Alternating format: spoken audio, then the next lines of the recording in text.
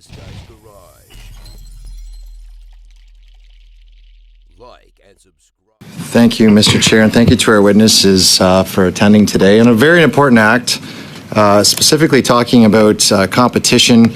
Canadians know that we have a competition monopoly problem in Canada. Canadians are paying some of the highest fees and have an affordability problem, but for groceries, for airlines, for cell phones, for banking. So we've been very focused on looking at those changes, and the government has brought forth some of those changes and some of those bills.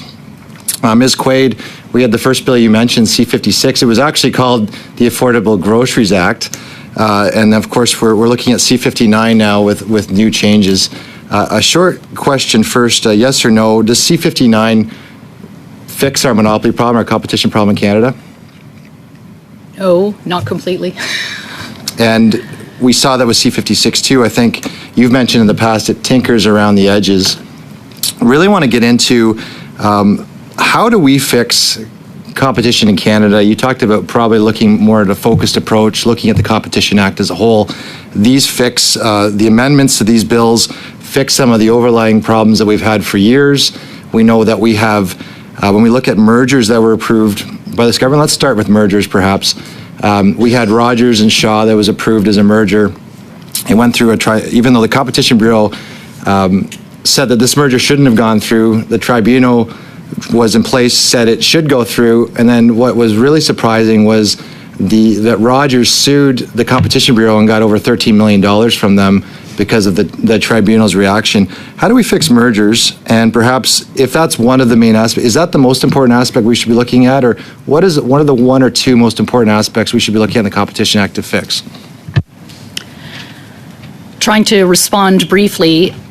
Mergers is something that has been modified over the past couple of bills. But what I worry about is that we are sort of doing things that make good sound bites, but don't necessarily fit into an overall structure. One of my worries is that, we repealed the efficiencies defense. I was one of the people who was not a fan of the defense, but we still have to think about how do we evaluate pro-competitive benefits, because mergers do and can provide pro-competitive benefits depending on the circumstances. And we've just sort of left that silent, and a bunch of other things that were associated with Section 96 that I don't think are going to go away. We also have added a whole bunch of new things. There's been an attempt to try and put some structural guardrails around merger review, so market share now can be taken into account and so on.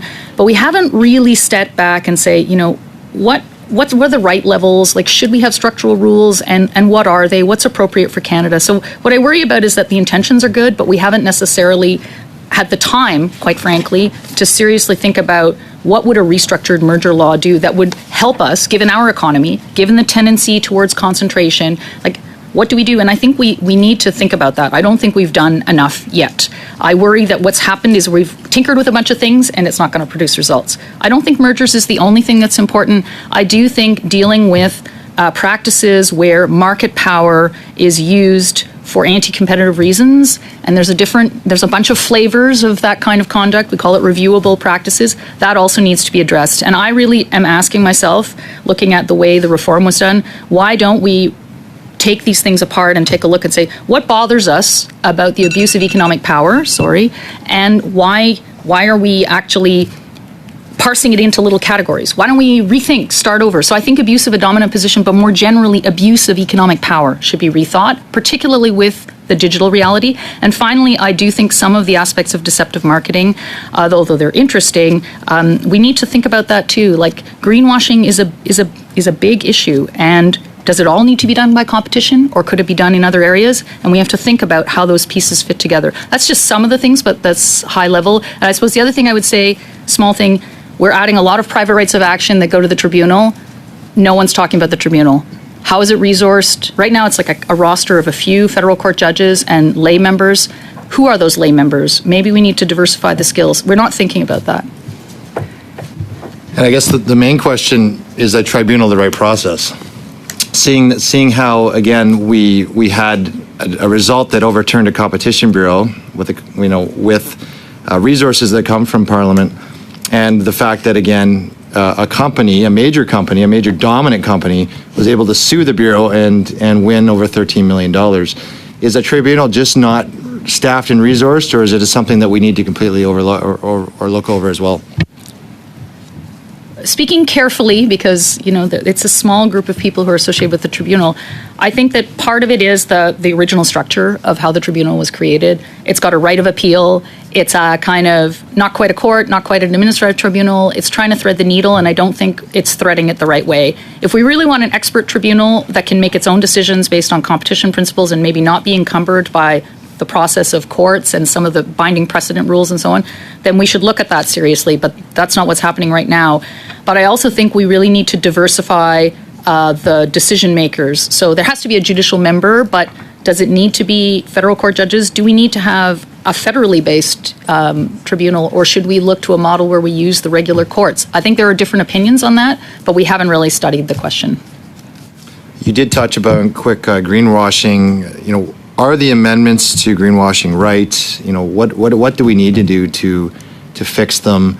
And is this a pressing concern right now in Canada with everything else happening?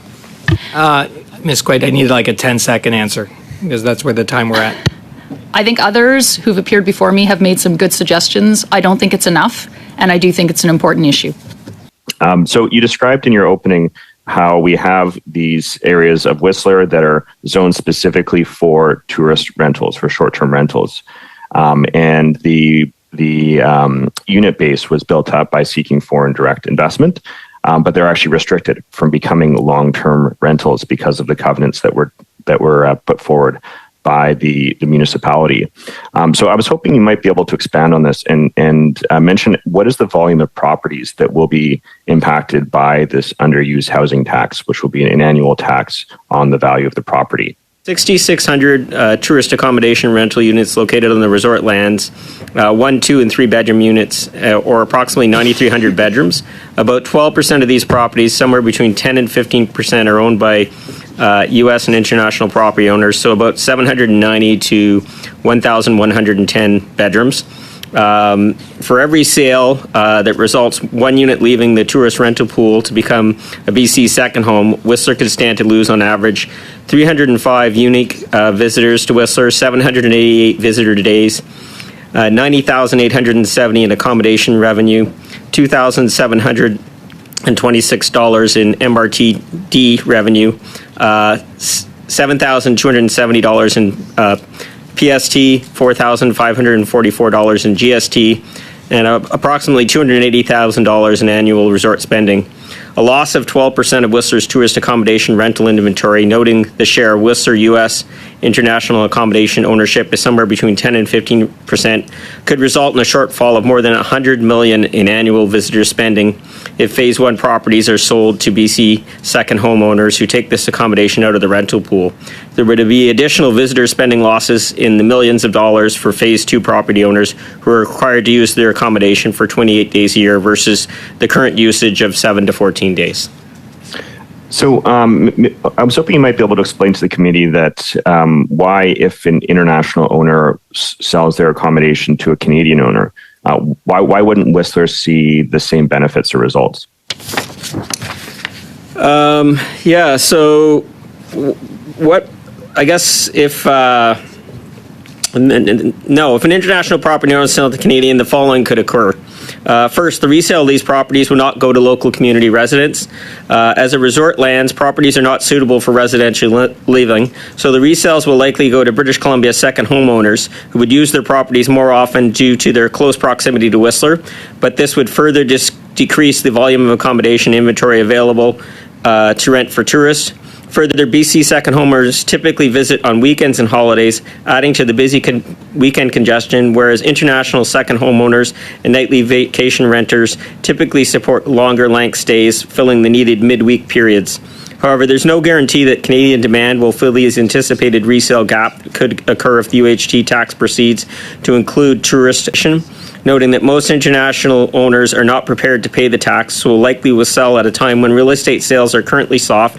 The BC market is also saturated. We have heard some sales going to lower mainland second homeowners, but in other cases, these properties are sitting on the market but not willing to sell. Instituting the UHT on resort land properties would therefore not add to local housing tourist stock, not support increased residential usage, but rather take away from the needed tourist accommodation inventory, resort-wide tourism business revenues while harming Whistler's real estate industry. The mayor has a very colorful word for the type of tourism, the brown paper bag tourism for Whistler, which is not necessarily the same type of high value tourism that that makes the Whistler the economic driver that it is. And we do have some experience now. I mean, the tax will need to be paid, I guess, in less than 2 weeks now. Is the experience that the property owners are paying the tax, or are they selling their properties so far? No, unfortunately, we have both first and secondhand knowledge of international accommodation owners selling their properties with the institution of the UHT. In fact, they're extremely disheartened as they were solicited to invest in Whistler, and they recognize that Whistler's success is in part due to their investments. So we believe that Canada is now, or so they believe that Canada is now turning their back on them. Of note, they don't make a large financial return on property ownership in Whistler. It's very slim, 4 to 6%.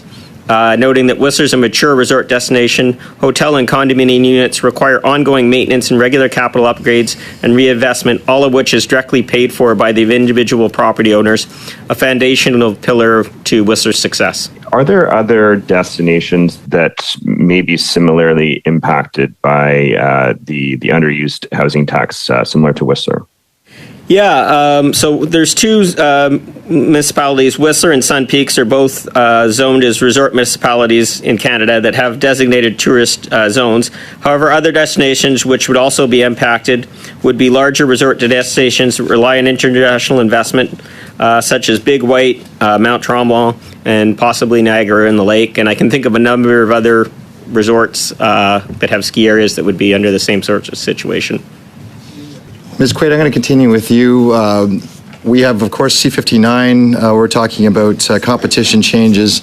The budget was just released this week. It also points to C-59 in saying it's tackling some of these affordability issues. They talk about lowering everyday costs, affordable groceries. Just a quick question, I don't know if you've seen the budget or not. Is the budget going to fix competition for Canadians, yes or no? Not as far as what I read so far. And it seems it's surprising to me because it does say it's going to do that. It's going to bring affordable groceries and bring more competition. Obviously, there's a lot more work to do. You've written before that we need to stop spinning the changes to competition as an affordability measure. Is that something that we need to focus, like you've said before, on real changes of the Act, piece by piece? And you've also talked in podcasts before having a broader scope on competition. We need to really look at really creating a new recipe for this. How do we do that? How do we fix competition in Canada? In 2 minutes. Well, I think the first point is to say that, we have made some progress, and I'm not the only one to have said that, of course, the existence of competitive markets and a functioning competitive system, does contribute to keeping price levels down but also being responsive to demand, because it's not just about price, it's about quality, it's about what consumers want. And so, I don't want to say that competition does nothing about it, but it's not as direct or as causal as is being suggested, and certainly none of the changes, and that's what I worry particularly. You say, what's the recipe? I think the recipe is to take a step back and say, what are our objectives? People didn't like it when I said this, but I said, the Purpose Clause identifies the benefits from competition, but maybe we need to rethink that. Are those the right ones? Is that all of them? You can't have 15 objectives, right? But you could think in the 21st century where we are at with the way things are, maybe we have to think about things differently. I've always said that competition policy should be aligned with the priorities of Canadians. And, so we need to ask ourselves, and you are the best placed MPs and members of Parliament to figure out, what do Canadians want? And then you say, okay, what are the tools we need? How much money do we need? What's the resources we need? How much expertise do we have to go and get? The Bureau has a lot of expertise. They have some budget, but I would suggest that some of the things we're asking them to do, they don't necessarily have the capacity now. They could develop it, but that doesn't come out of thin air. So to me, it starts with the master plan and saying, what do we want? What are the important things? Then you build around it. Right now, what we're doing is a lot of targeted, reactive things that I worry are not going to play out the way people think.